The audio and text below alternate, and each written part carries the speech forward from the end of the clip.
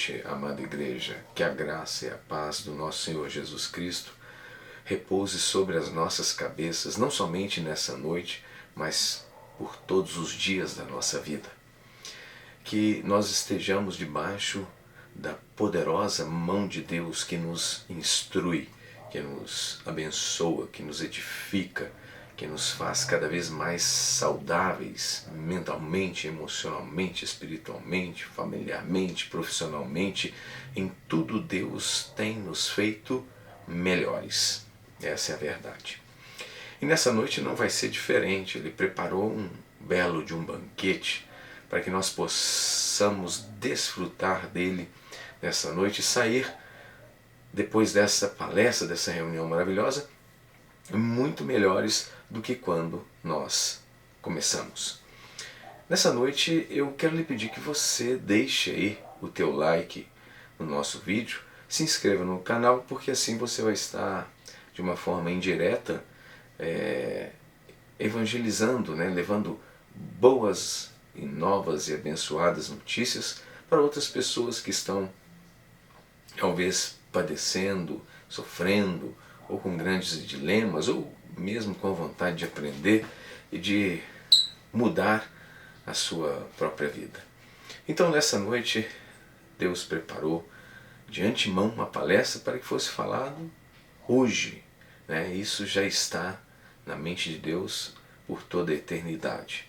E nessa noite Ele traz então a revelação da sua palavra para que nós possamos então nos alimentar do pão vivo que desceu dos céus, ou seja, a palavra que nos sustenta de pé, em paz e segurança, que é o Verbo, que é Jesus. Então vamos nos alimentar, vamos guardar essa palavra abençoada nos nossos corações e com certeza as resultantes da palavra de Deus em nós, ela vai ser visível, ela vai ser notória todos os dias da nossa vida. Então, sem mais delongas, assim de forma objetiva e clara, nós vamos aqui ler alguns textos, tá? Eu vou falar também de alguns experimentos que eu achei muito importante que vocês soubessem, tudo dentro do contexto da poderosa convicção que Deus nos deu, que é a fé. E a fé, como diz a palavra, o justo viverá pela fé. Então a fé é o nosso sustento, é o nosso chão, é onde nós pisamos, é onde nós estamos firmados. É na fé em Deus. Então vamos começar aqui através do Novo Testamento, aqui no Evangelho de João. Nós vamos abrir aqui no capítulo de número 9. Aí nós vamos ler o versículo de número 35 até o versículo de número 41. Então nós vamos ler esses versículos e vamos aprender aqui algo muito interessante que você precisa saber nessa noite. Então, diz assim o versículo de número 35. Jesus ouviu que o haviam expulsado e quando o encontrou lhe disse: acreditas tu no Filho de Deus? O homem respondeu: quem é ele, Senhor, para que eu possa nele crer? E Jesus lhe assegurou: tu o estás vendo, é este que te fala. Então declarou o homem: Senhor, eu creio. E prostrando-se diante de Jesus, o adorou. Então revelou Jesus: eu vim a este mundo para julgamento, a fim de que os cegos vejam e os que veem se tornem cegos. Alguns fariseus que estavam com ele, ao ouvirem essas palavras, perguntaram a Jesus: porventura nós somos também cegos? Afirmou-lhe Jesus: se vós fosseis cegos, não seríeis culpados, mas, uma vez que alegais, nós vemos, por essa razão o pecado persiste dentro de vós. Então eu quero que você compreenda de forma profunda essa passagem do Evangelho de João. O Evangelho de João ele é um livro muito rico em informações. Ele é um livro que nós podemos extrair muitas variáveis, muitos desdobramentos por detrás dos versículos que estão escritos nele. E aqui o Senhor Jesus, no versículo de número 35, está dizendo assim, que ele ouviu que o haviam expulsado, e quando o encontrou, lhe disse, acreditas tu no Filho de Deus? Na verdade, esse homem a quem Jesus está se referindo, que ficou sabendo que o haviam expulsado, na verdade era um cego de nascença, que Jesus o curou. E os fariseus ficaram em cima, querendo saber, mas como pode ter sido isso, um cego de nascença ser curado? E começaram a apertar, quem foi que te curou? Como é que foi isso? E o cego não sabia, o ex-cego, ele não sabia muito bem explicar quem era. E eles foram até os pais dele e falaram assim, esse homem era cego mesmo? Eu falei, era cego. Quem o curou? Eu falei, eu não sei. Uma coisa eu sei, que ele era cego e agora ele vê. E os fariseus inquietos com aquela situação, invejosos, raça de víboras, estavam ali procurando as informações, não para poder aderir ao verdadeiro cristianismo. Na verdade, tudo deles partia em termos de inveja, em termos de despeito, em termos de muitas outras coisas, menos a vontade de aprender a verdade que liberta e de servir a Deus. Então, o contexto religioso era esse, que a religião sempre tem esse condão, essa raiz, ela sempre vai contra o Messias, contra a verdade. Então, religião é algo muito repleto de tradições, de costumes que as pessoas desenvolvem com o passar das gerações, e quando vem a verdade elas refutam, porque não lhes é conveniente a transformação. Eles estão bem, eles estão ali conseguindo as suas riquezas, vivendo ali, explorando as pessoas, mas enfim, esse não é o foco da pregação. O que eu quero que você compreenda é que o contexto religioso ele sempre reprova a verdade. Os religiosos, na verdade, eles não aceitam que o Messias é Jesus Cristo. Então eles sempre contestam o verbo por causa das suas tradições. E quando Jesus ficou sabendo que o cego que ele havia curado havia sido expulso, então ele foi lá conversar, dar uma atenção, coisa que os religiosos não faziam na época. Então ele disse, olha, você acredita no Filho de Deus? Aí o homem respondeu, quem é ele, Senhor, para que eu possa crer? Então ele estava cheio de fé. Aí Jesus assegurou, tu o estás vendo, é este que te fala. Então quando ele viu Jesus, ao invés de refutar os seus ensinamentos, como os fariseus haviam feito, disse que, prostrando-se diante de Jesus, o adorou. Então, revelou Jesus, eu vim a este mundo para julgamento, a fim de que os cegos vejam e os que veem se tornem cegos. Essa questão aqui é uma questão muito interessante, que na verdade ele veio para que os que estão vendo se tornem cegos, e os que estão cegos, eles tornem a ver.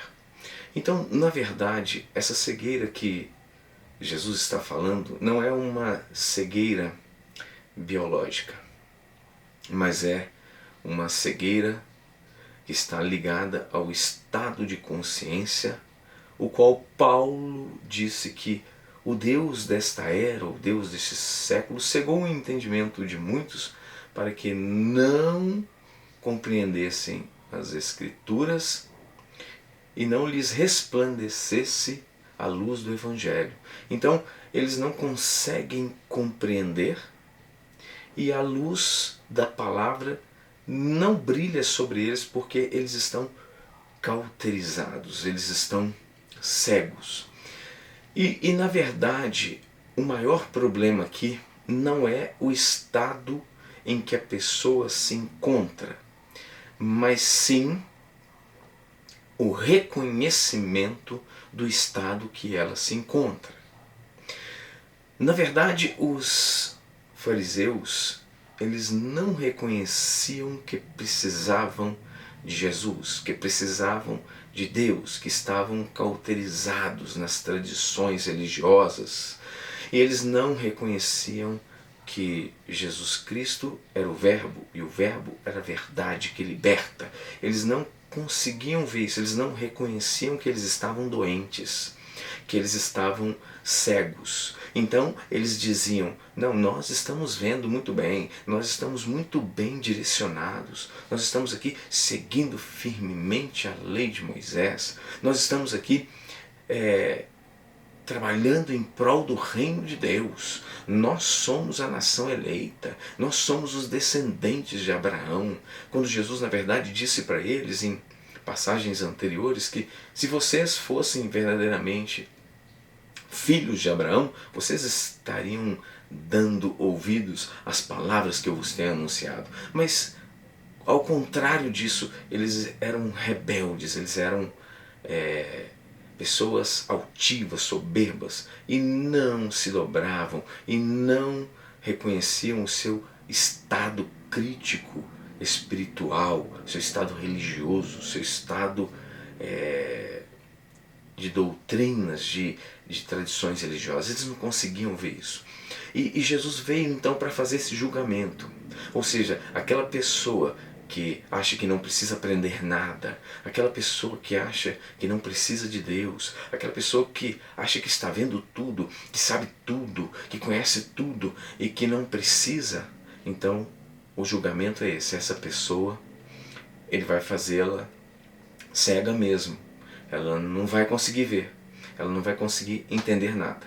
E aqueles que sabem que estão cegos, que precisam enxergar, que precisam aprender, que precisam conhecer profundamente as Escrituras, então estes, ele vai abrir a mente, ele vai ampliar o conhecimento, ele vai ministrar coisas novas e profundas e transformadoras. Então ele vai dar o melhor, fazendo então lembrar aquela passagem que Jesus disse: aquele que tem, mais lhe será dado, e aquele que não tem, até o que tem lhe será tirado.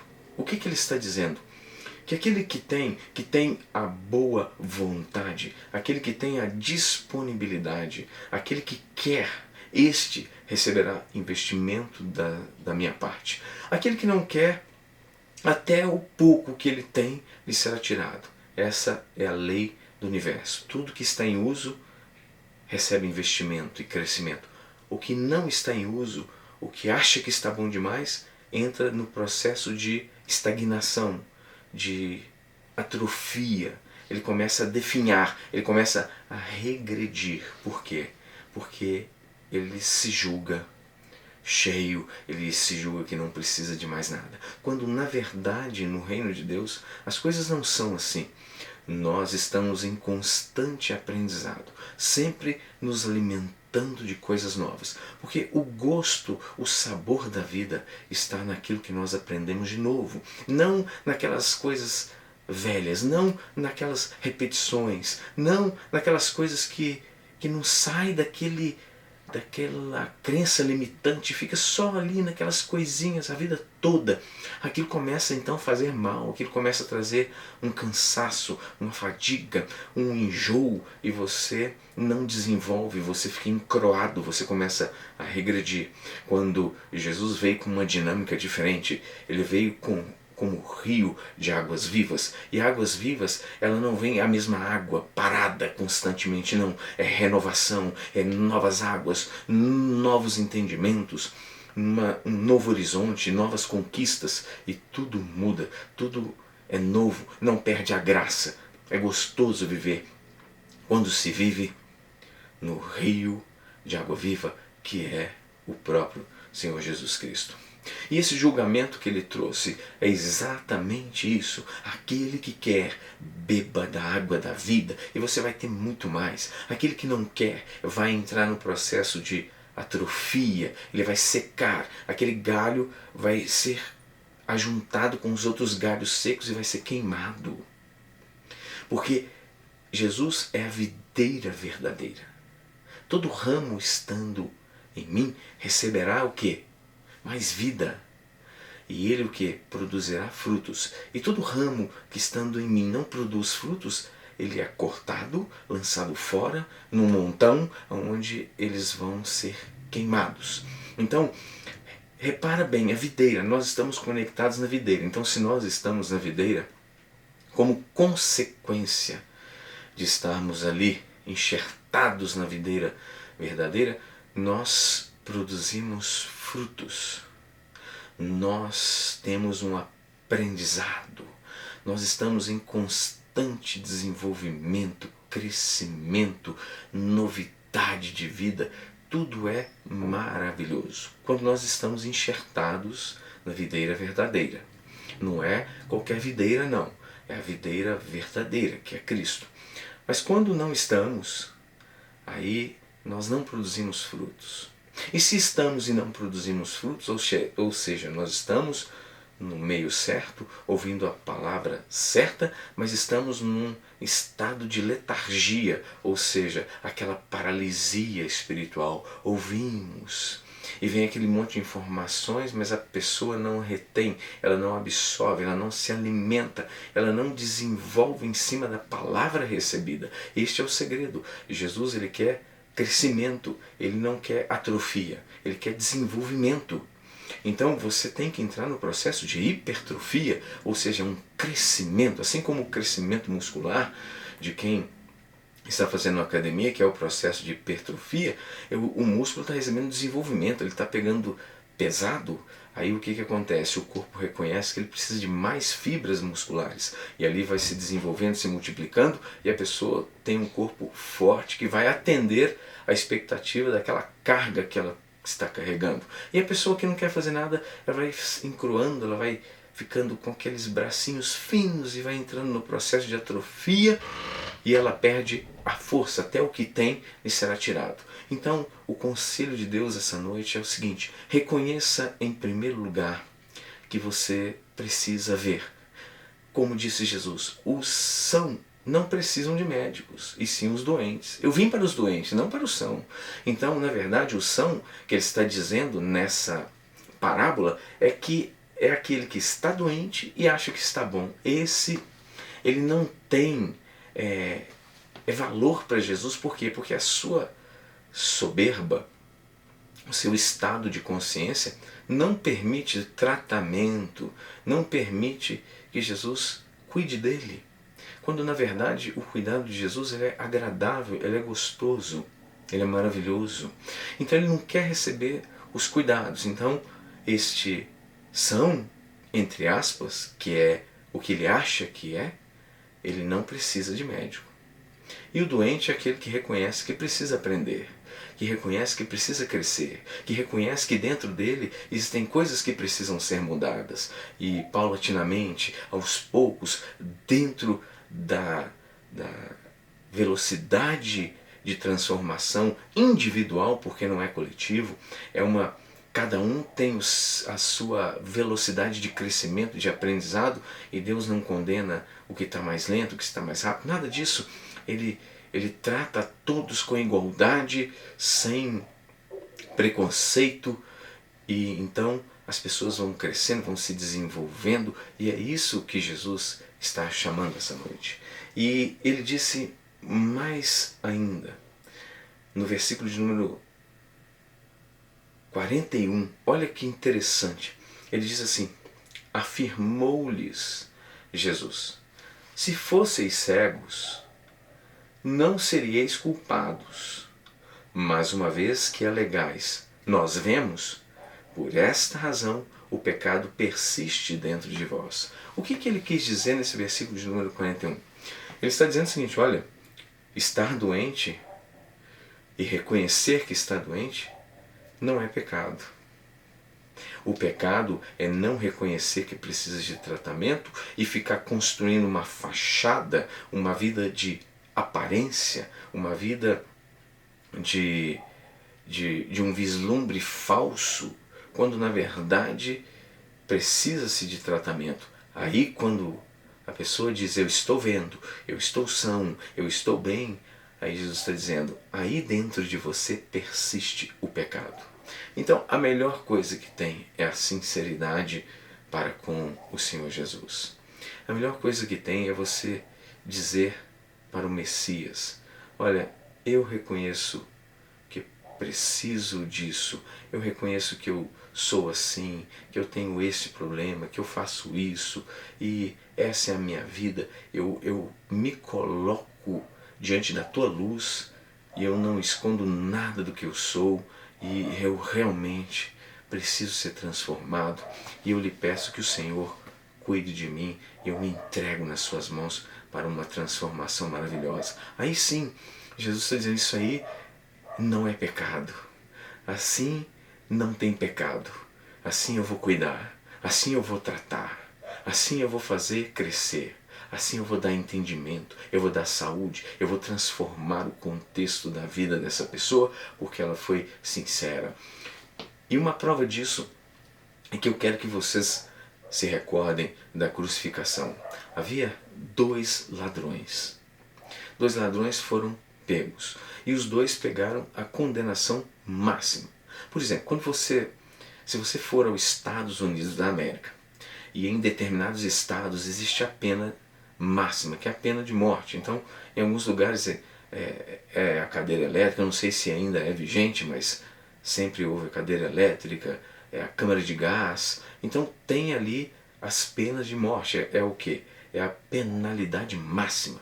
Então, quando a pessoa comete um delito para essa gravidade, ao ponto de receber uma condenação dessa, é porque o seu delito não foi qualquer delito. Ele não estava simplesmente roubando uma carteira ou pegando algo emprestado sem devolver. Ele não foi um furto leve, não foi um roubo de uma forma... Todo roubo é lógico que é grave, mas não foi um roubo assim que feriu ninguém. Foi algo assim que não foi, como que eu vou dizer, não foi algo grave. Então essa pessoa vai pegar uma prisão ou vai fazer aquelas, como se diz, quando a pessoa ela comete um delito, ela vai fazer obras públicas, né? Vai plantar árvores, vai fazer doações. Então cada um recebe ali uma sentença, mas de acordo com a sua obra. Então aqueles 2 eles receberam a sentença máxima. Então eles estavam aprontando mesmo. Então eram bandidos da pesada. Não eram qualquer bandido, eram bandidos da pesada, porque eles foram condenados a uma sentença terrível da crucificação. Naquela época as pessoas temiam aquela condenação porque era algo absurdo, descomunal, desumano, e eles então se enquadraram dentro daquela sentença e foram condenados. E ali estava o Senhor Jesus no meio dos bandidos, né? Ele foi contado com os malfeitores, diz então o profeta Isaías, né? O castigo que estava sobre ele é o que nos trouxe a paz. E um daqueles ladrões, ele reconheceu Jesus. Ele disse assim, olha, primeira coisa, eu estou aqui crucificado, nós 2, né? Ele ainda falou do comparsa dele. Ele disse, olha, nós estamos aqui porque merecemos. Nós estamos aqui, está tudo certo. Não tem nada injusto. Nós estamos colhendo o que fizemos. Mas este homem nada fez. É um homem inocente. É o Filho do Deus vivo. Como que ele pode estar aqui? Então, reconhecendo que ele era um doente, que ele era uma pessoa problemática, que viveu uma vida criminosa ao ponto de ser condenado. Ele, reconhecendo tudo isso, ele disse para Jesus: olha, lembra-te de mim quando entrares no teu reino. E Jesus respondeu: hoje mesmo estarás comigo no paraíso. Por que ele foi para o paraíso, sendo que ele viveu uma vida de bandidagem, uma vida totalmente desprovida do amor de Deus, uma vida à mercê das trevas? Como que ele foi parar no paraíso?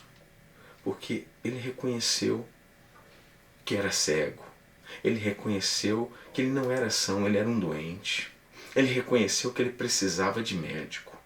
E aí ele olha para Jesus e reconhece: esse é o meu médico, esse é aquele que eu preciso, esse é aquele que pode, que me ama e que me salva. E ele então diz: olha, eu sei que eu não mereço nada, mas lembra de mim. Lembra de mim quando entrares no teu reino.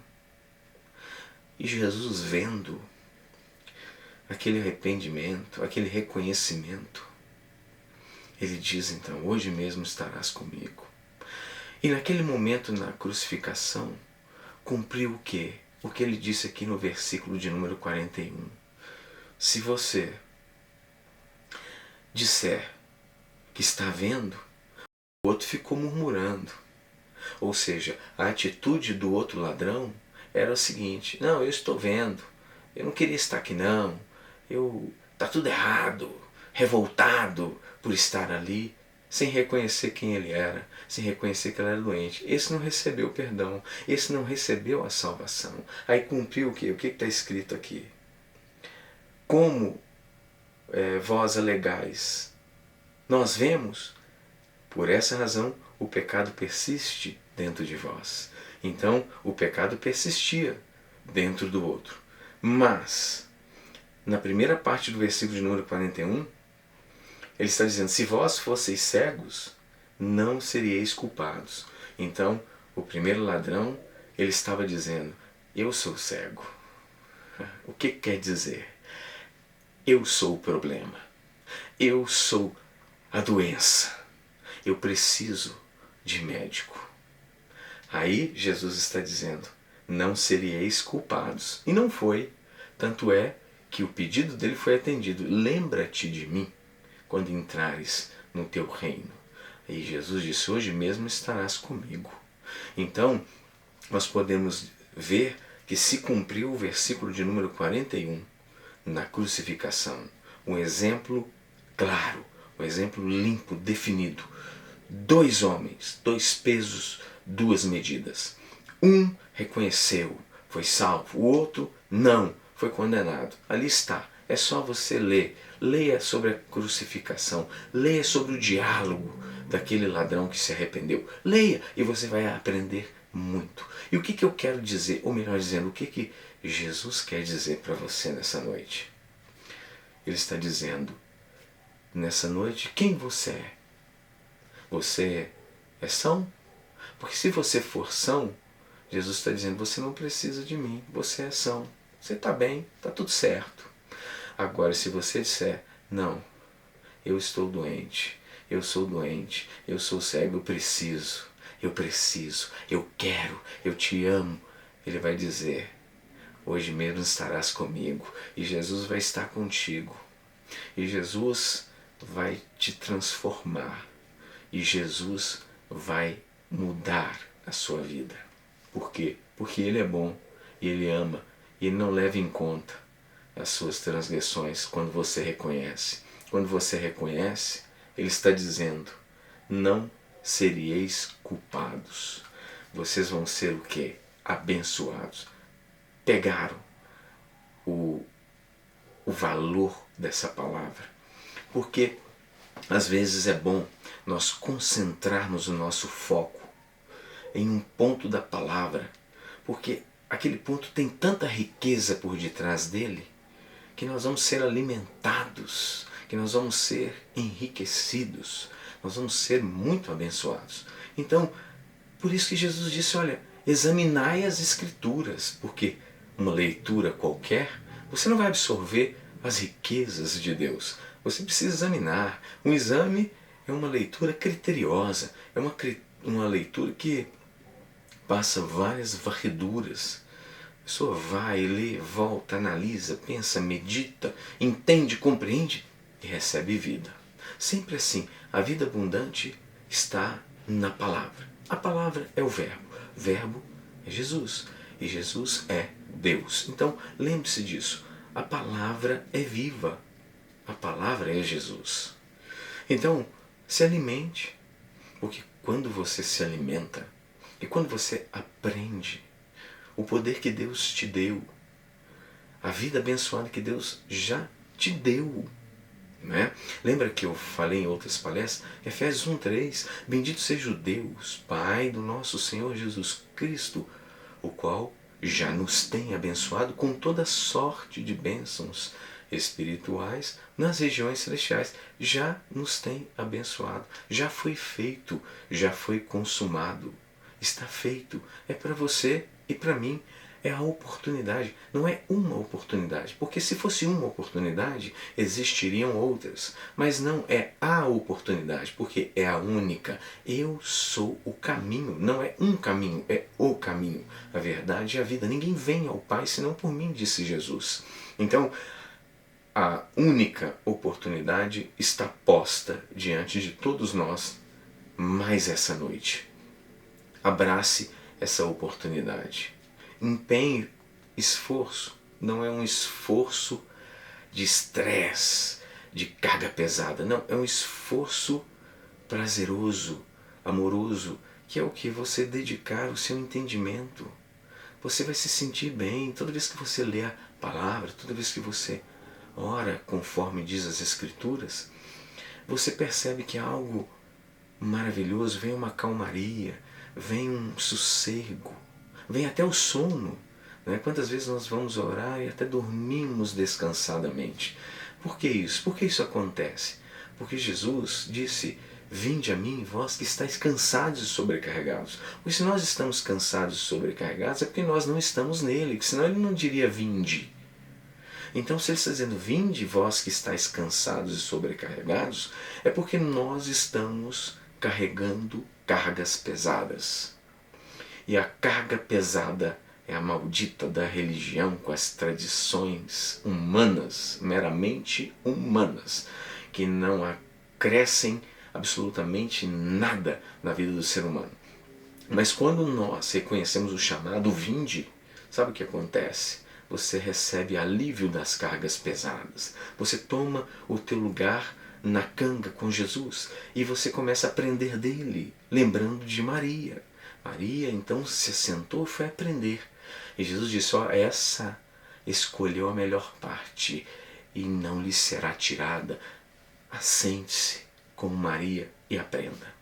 Viva pela convicção, pela fé no Filho do Deus vivo. E por falar em convicção, eu quero falar um pouco também do ponto de vista científico sobre a convicção, sobre a nossa mente, sobre a riqueza que Deus nos deu, sobre a nossa racionalidade, sobre o nosso entendimento. Então eu separei aqui agora para vocês estarem compartilhando comigo de um experimento científico muito interessante. E esse experimento, ele relata o quão importante é nós alimentarmos a nossa mente com as coisas de Deus. Então vamos lá. Eu vou então ler, eu quero que você preste bastante atenção. Eu vou ler bem pausado e depois eu vou explicar o que eu li, tá? Para que você não fique com nenhuma dúvida. Então vamos lá. Em um estudo científico pioneiro na clínica Cleveland, 10 sujeitos de pesquisa com idade entre 20 e 35 anos imaginaram flexões de bíceps tão difíceis quanto podiam em 5 sessões semanais de treinamento por 12 semanas. Então veja bem, esses elementos de pesquisa, 10 sujeitos, entre 20 e 35 anos imaginaram flexões de bíceps difíceis, ou seja, bíceps é esse músculo frontal do braço. Quando você, por exemplo, vai carregar uma bandeja, né, você vai servir ali uma bandeja. Então o músculo que é acionado ali quando você está segurando alguma coisa, quando você está carregando uma criança, é o bíceps, que é esse músculo que você está com o braço posicionado, carregando algo à sua frente. Ele recebe então a contração, o comando do cérebro no sistema neural. Aí o que acontece? Ele sofre uma contração quando você está levando o peso. E esses elementos aqui, essas 10 pessoas, eles estavam então imaginando uma carga bem pesada, 5 vezes por semana. Mas eu quero que você entenda que eles não estavam carregando nenhuma carga pesada. Eles estavam imaginando, concentrando, dizendo: eu estou carregando uma carga pesada, eu consigo levantar. E ali eles estavam então exercendo o esforço no pensamento, no cérebro. Então ali eles estavam pensando como se estivesse numa academia, levantando ali um peso e fazendo a contração nesse músculo que é o bíceps. Então vamos continuar. A cada 2 semanas, os pesquisadores gravavam a atividade cerebral dos sujeitos durante as sessões e mediam a força muscular. Como que você vai gravar essa atividade cerebral? Então existem várias formas, né? Então você pode conectar os eletrodos e gravar como se fosse um eletroencefalograma. Você pode fazer uma tomografia, por exemplo, computadorizada. Você pode ver ali o que está sendo ativado no cérebro da pessoa ou não.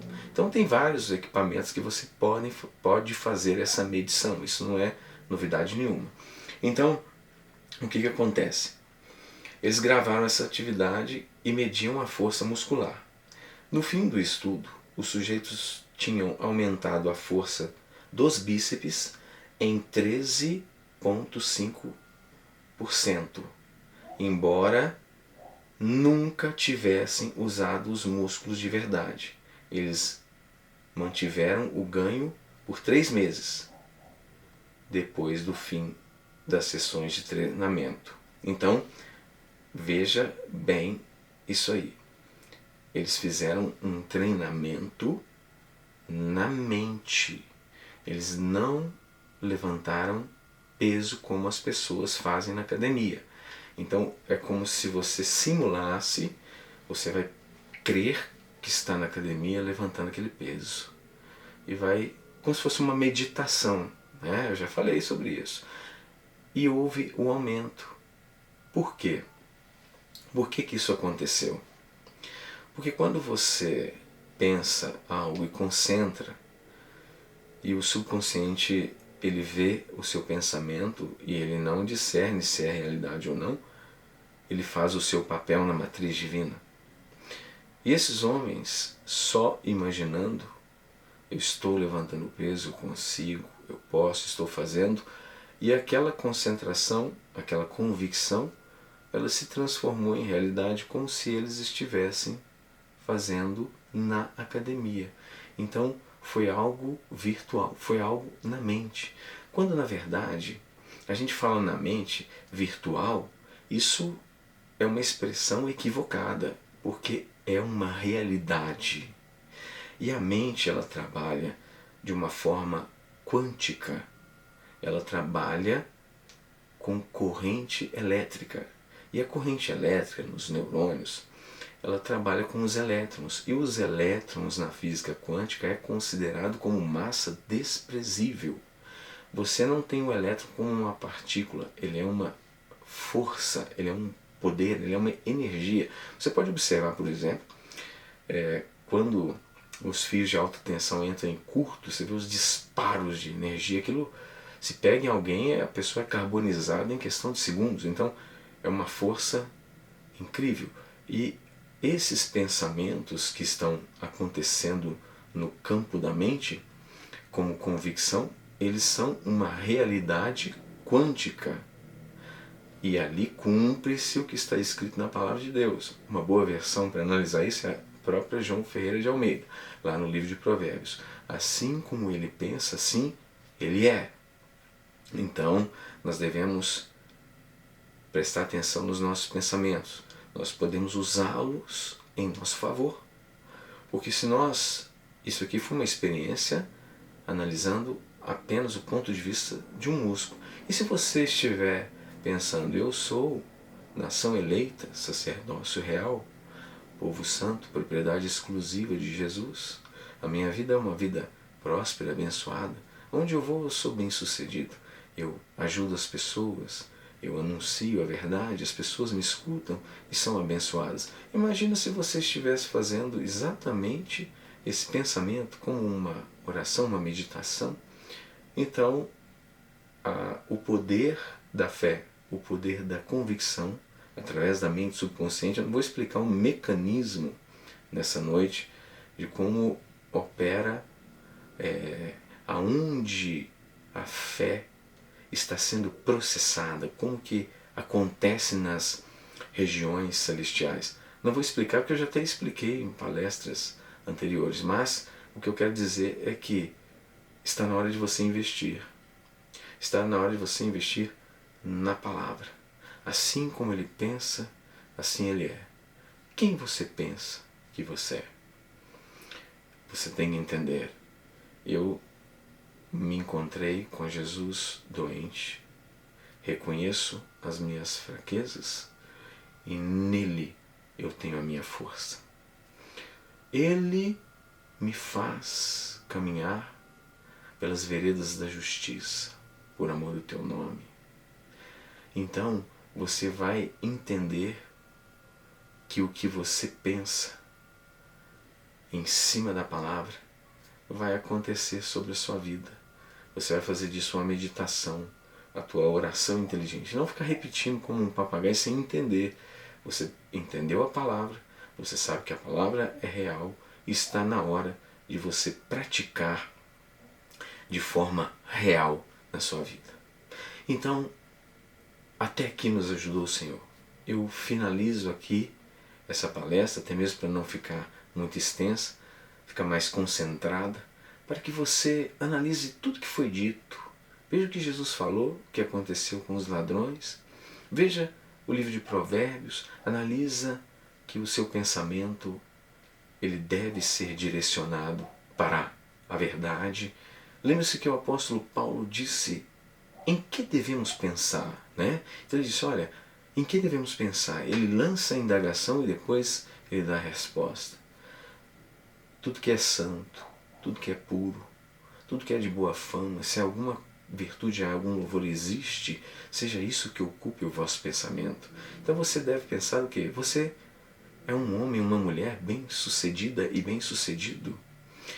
Você é um homem saudável, uma mulher saudável. Você tem uma convicção que remove montanhas. A tua oração cura os enfermos e pode ressuscitar os mortos.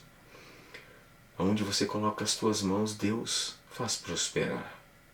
Você pode pensar também em paz, eu me deito e logo pego no sono, pois o Senhor me faz descansar em paz e segurança.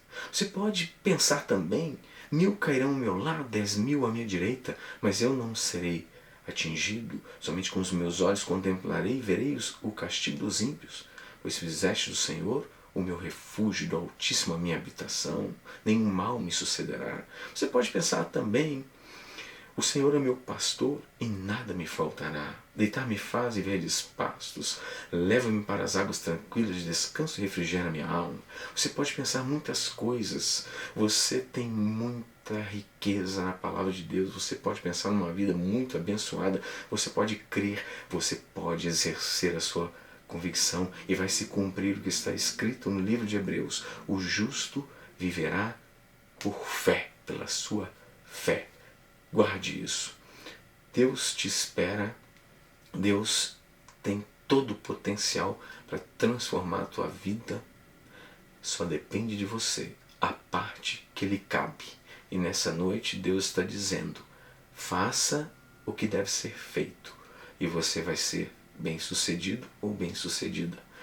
Pense nisso. Não abandone a fé. Não abandone a verdade. Mergulhe nela. Procure conhecer cada vez mais e mais. Quanto mais você mergulhar na verdade, mais a sua vida vai ser abençoada. E eu deixo aqui o meu grande abraço. Que Deus te abençoe. Guarda a palavra no teu coração e nos encontraremos na próxima palestra, no nosso próximo encontro. Até lá!